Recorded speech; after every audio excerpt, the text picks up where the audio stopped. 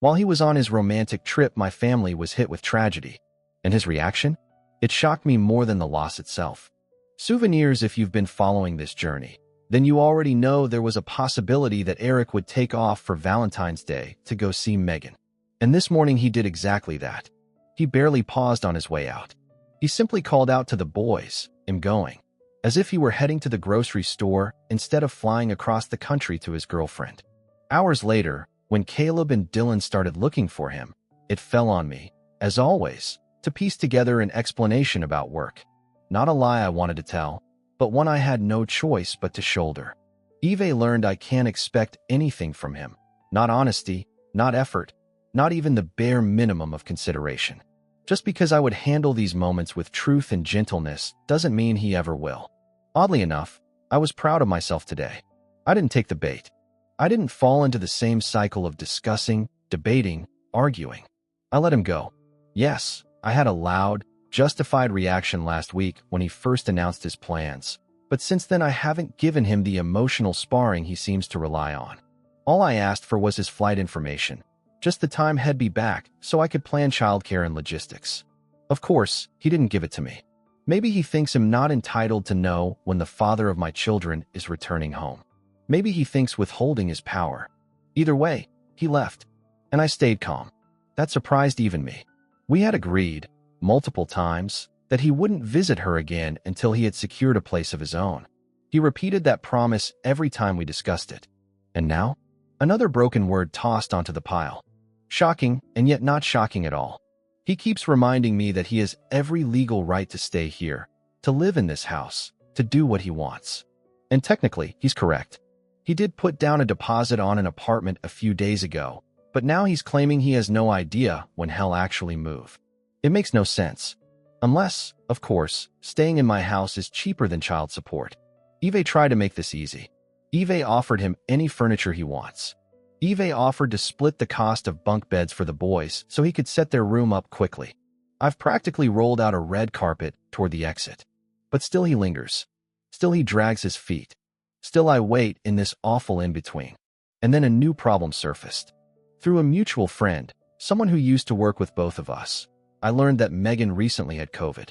And not recently as in a month ago. I mean, the state health department cleared her from quarantine 3 days ago. 3 days. What about her children? Were they living in that house during her isolation? Are they positive too? Were they exposed? Are they asymptomatic? What exactly is my soon-to-be ex walking into? And more importantly, what is he bringing back? Is he going to walk through my door with no warning, no information, and drop a viral souvenir into our home? Into the lungs of our children? The thought set my entire body on fire. I'm furious. Livid in a way I haven't felt since this began. Because it's not just disrespect anymore. It's not just selfishness. This is real, physical danger. And he doesn't care. Not enough to think. Not enough to inform. Not enough to protect the people he claims to love. COVID insensitivity. To everyone who reached out with concern and waited for an update, I'm sorry it took me so long. The last 2 weeks have felt like walking barefoot across shattered glass, and tonight I finally have the strength to share what's happened. I owe you 2 updates, so here is the first. Eric flew out on February 12th for his little getaway and didn't come back until the 15th. While he was off soaking in the glow of his new life, my family and I were blindsided by a devastating loss. One of the people we cherish most was taken by COVID. The grief hit us like a tidal wave. I could barely breathe through the tears. On the 13th, desperate and heartbroken, I called Eric to tell him the prognosis wasn't good. I could barely get the words out. In the background, I heard shouting and laughter. Kids. He told me he was outside with her children. That moment hit harder than I expected. I couldn't even remember the last time he took our boys outside to play. But there he was, stepping into that role with effortless enthusiasm. I shouldn't have expected him to show deep compassion, not anymore. Still, he sounded concerned. For a moment, I thought maybe some part of the man I once loved still existed. That hope evaporated quickly. When Eric returns from his trips, he usually schedules a COVID test. So when he set one up 4 days after coming home, I didn't question it. But a snowstorm hit, and he couldn't go. That, I understood. Life happens.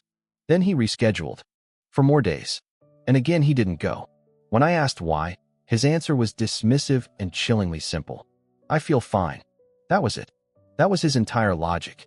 Never mind that his girlfriend had only just finished a quarantine. Never mind that her kids might have been exposed. Never mind that my family was actively grieving a COVID death. Never mind that his own children lived under this roof. He felt fine, so the risk simply didn't matter to him. It wasn't until March 1st, a full 2 weeks after coming home, that he finally dragged himself into a testing site. 2 weeks. I still don't understand how someone could be so careless, so oblivious, so staggeringly insensitive. But then again, maybe I do understand. Maybe Yves known the answer for a long time. He's no longer the man who protects us. He is the man we need protection from. The real monster. The countdown has begun, and I can feel it in every corner of the house. Giant cardboard boxes keep appearing on the doorstep, each one filled with furniture held take to his new life. Every night, the sharp rip of packing tape echoes through the rooms like a warning siren. And yet, all I feel is relief. Actual, unfiltered joy. He's finally moving out. The happiness is so overwhelming that Yves even started talking to him more. Sure, we have to communicate about child support and parenting schedules, but now that the finish line is in sight, I find myself casually asking about his move as if it's Christmas morning and I can't wait to unwrap the freedom waiting for me. While we were going over logistics, what he's taking from the house, how weekends will work with the kids, I asked whether he was planning a trip to see her. It wasn't prying. I needed to know so I could plan around it for the boys. But then a different kind of curiosity crept in, one fueled not by jealousy, but by responsibility. I asked if she intended to come here and meet the kids. He said yes, she might. Well, good for both of you, I told him, but I need to meet her first. Silence. Long, heavy, telling silence. I could practically hear the gears grinding in his head as he searched for an escape route. But there wasn't one. Eventually, he asked why I needed to meet her, like the answer wasn't blindingly obvious. I'm sorry, what?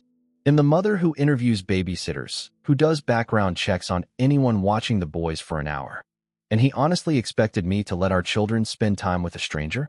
Someone I've never looked in the eye? He said he was worried I wouldn't be civil. But he knows me better than that. I gain nothing from being rude, nothing but ammunition for him to twist into another story about crazy ex-wife behavior. I'm not giving him that. I don't care enough about him to waste the energy. He's her problem now. Congratulations to the new winner. But deep down, I think I know why he doesn't want us to meet. Because the moment she stands in front of me, she'll realize I'm not the villain he painted me to be. She'll see that all the stories, his self-serving narratives, the character assassination, the lies, don't line up with reality. She'll see that I'm not clinging to him, or fighting with him, or begging for scraps of attention. She'll see that I'm sane, stable, and honestly a good person. And maybe, just maybe, she'll start to wonder whether the monster in this story was never me to begin with. Like father, like son, my soon-to-be ex moved through the house like a shadow that day, silent, heavy, almost sulking. I've long stopped trying to decode his moods, so I let the quiet hang between us. Whatever storm he was wrestling with wasn't mine to soothe anymore. Later that night, after the kids were asleep, he sat alone at the dining room table. It felt like he was waiting for me to acknowledge him, to ask what was wrong, to play the role I used to play so well. I didn't. If he wanted to brood, he could brood without an audience. When he realized I wasn't taking the bait, he finally spoke. He announced, dramatically, that he had told everyone what happened between us, including his father. And then, out of nowhere, he broke down. Real tears. The ugly kind. At first, I assumed he was crying out of embarrassment, maybe even regret. But then he told me that the conversation with his father was the first time in his entire life the man had ever behaved like a real parent toward him. That statement alone knocked the wind out of me. And yet something felt off, very off. I couldn't tell if his father had scolded him, supported him, or simply validated whatever narrative my STBX was spinning. Given his reaction, I suspected had been met with total sympathy. And while I understand wanting to be there for your child, I also know that support without accountability isn't support at all. Something in this whole scene did not add up.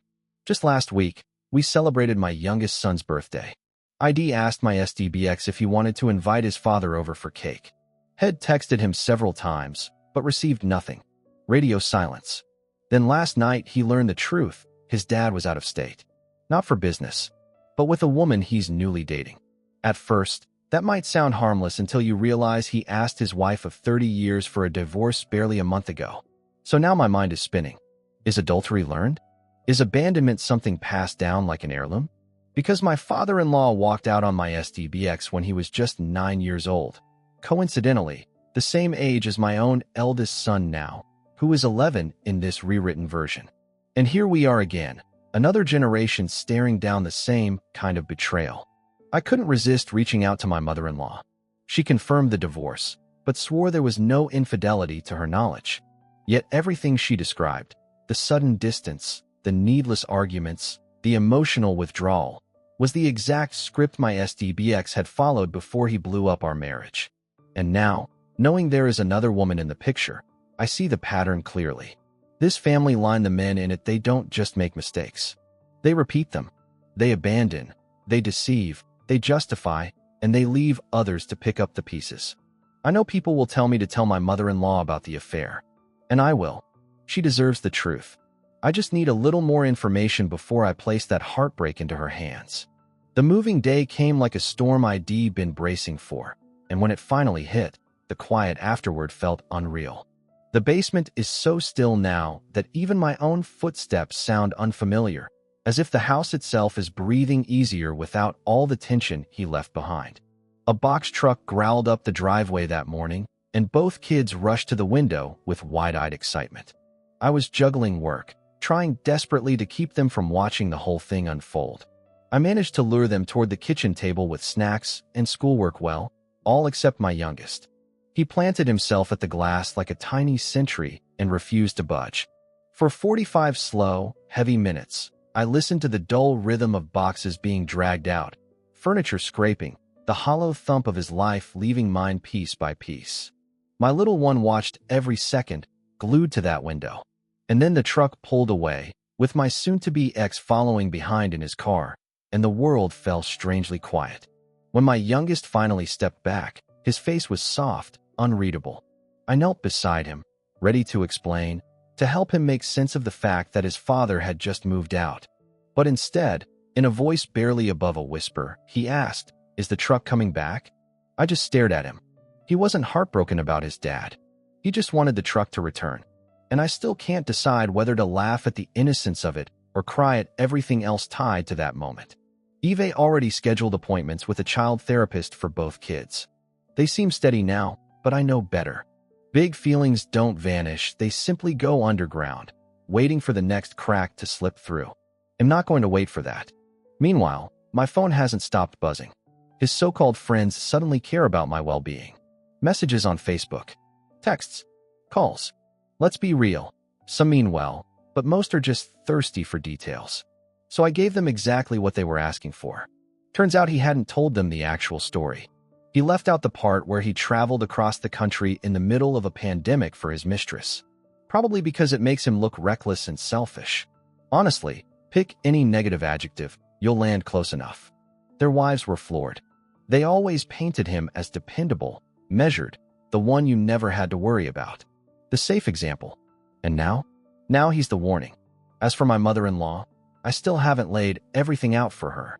Not because I'm protecting him, but because I'm still hunting for solid proof.